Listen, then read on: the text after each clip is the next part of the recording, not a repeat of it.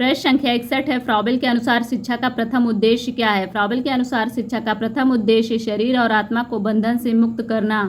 इसके लिए शिक्षा का समुचित वातावरण तैयार किया जाना चाहिए। प्रश्न संख्या 62 है। फ्रॉबेल के अनुसार शिक्षा का द्वितीय उद्देश्य क्या है? फ्रॉबेल के अनुसार शिक्षा का दूसरा उद्देश्य व्यक्ति को ऐसा बनाना है कि वह ईश्वर में स्थित सबकी एकता पहचान ले। इसलिए वह कहता है कि शिक्षा का उद्देश्य तभी सफल हो सकता है जब बालक वस्तुओं में निहित आंतरिक अविच्छिन्नता को समझ ले। प्रश्न संख्या 63 है। फ्रॉबेल ने किंडरगार्टन कब प्रारंभ किया था? फ्रॉबेल ने वर्ष 1805 में शिक्षण कार्य आरंभ किया।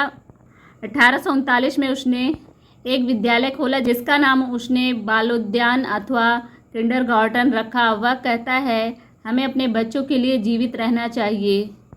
प्रश्न संख्या 64 है। फ्रॉबेल के अनुसार शिक्षण के उद्देश्य बताइए। फ्रॉबेल के अनुसार शिक्षण का उद्देश्य मनुष्य में निहित शक्तियों का निरंतर विकास करना है, ना कि उसको और अधिक ज्ञान प्रदान करना।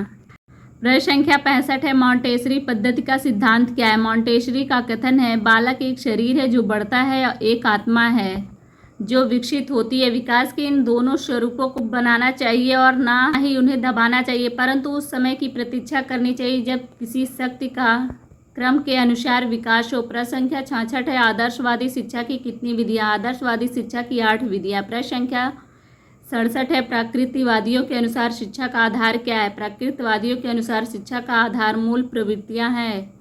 प्रश्न संख्या 68 है। प्रकृतिवाद ने सीखने की किस विधि को जन्म दिया?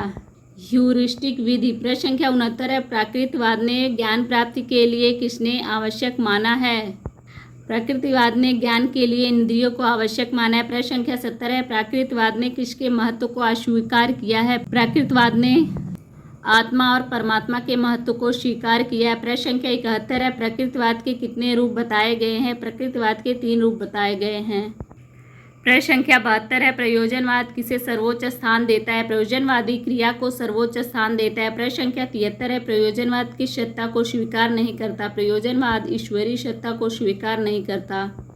प्रश्न संख्या 74 है। प्रयोजनवाद के अनुसार किसी भी सिद्धांत की कसौटी क्या है? प्रयोजनवाद के अनुसार किसी भी सिद्धांत की कसौटी उसकी उपयोगिता है।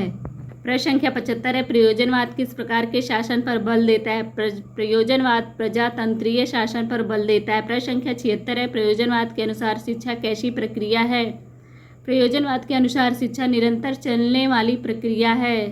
प्रश्न संख्या 77 है। किस दर्शन को अर्थ, क्रियावाद, व्यवहारवाद, कारणवाद, अनुभववाद, प्रयोजनवाद के नाम से जाना जाता है? प्रयोजनवाद को। प्रश्न संख्या 78 है। किस दार्शनिक के अनुसार प्रयोजनवाद मस्तिष्क का स्वभाव एक मनोवृत्ति है? जेम्स के अनुसार। प्रश्न संख्या 79 है। प्रयोजनवाद के अनुसार सर्वोच्च सत्ता किसकी होती है? प्रयोजनवाद के अनुसार सर्वोच्च सत्ता समाज की होती है। प्रश्न संख्या 80 है। प्रयोजनवाद के अनुसार शिक्षा का स्वरूप कैसा होना चाहिए? प्रयोजनवाद के अनुसार शिक्षा का स्वरूप व्यवहारिक होना चाहिए। प्रश्न संख्या 81 है। मॉन्टेसरी ने प्रमुख रूप से किन बच्चों की शिक्षा पर ध्यान दिया? मानसिक मंद बालक पर। प्रश्न संख्या 82 है। जनसंचार से आप क्या समझते हैं?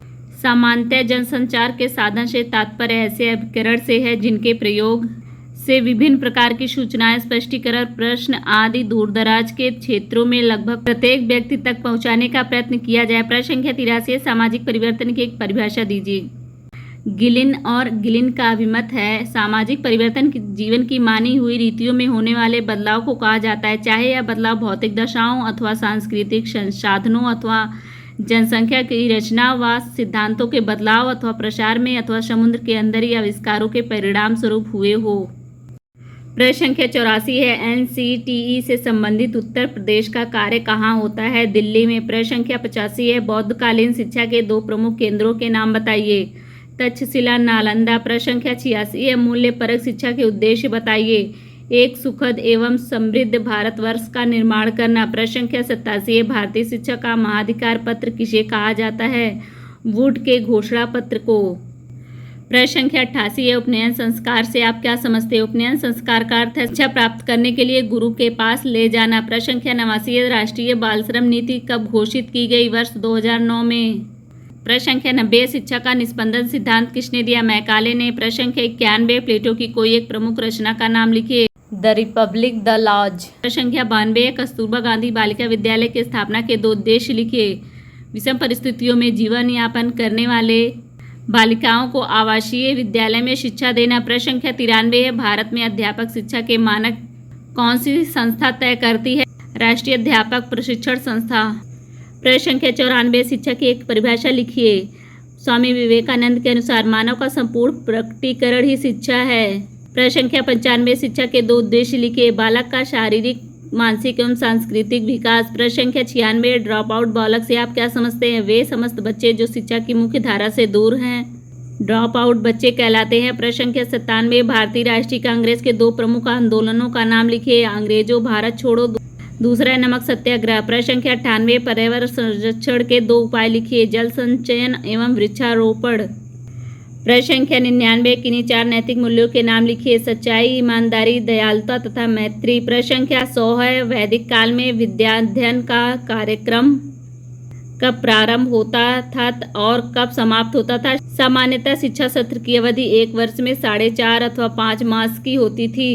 विद्याध्ययन का कार्यक्रम श्रवण मास की पूर्णिमा को उपाक्रम समारोह से प्रारंभ होता था तथा पौष मास की पूर्णिमा को छंद मास उत्सर्जनम समारोह से खत्म होता था।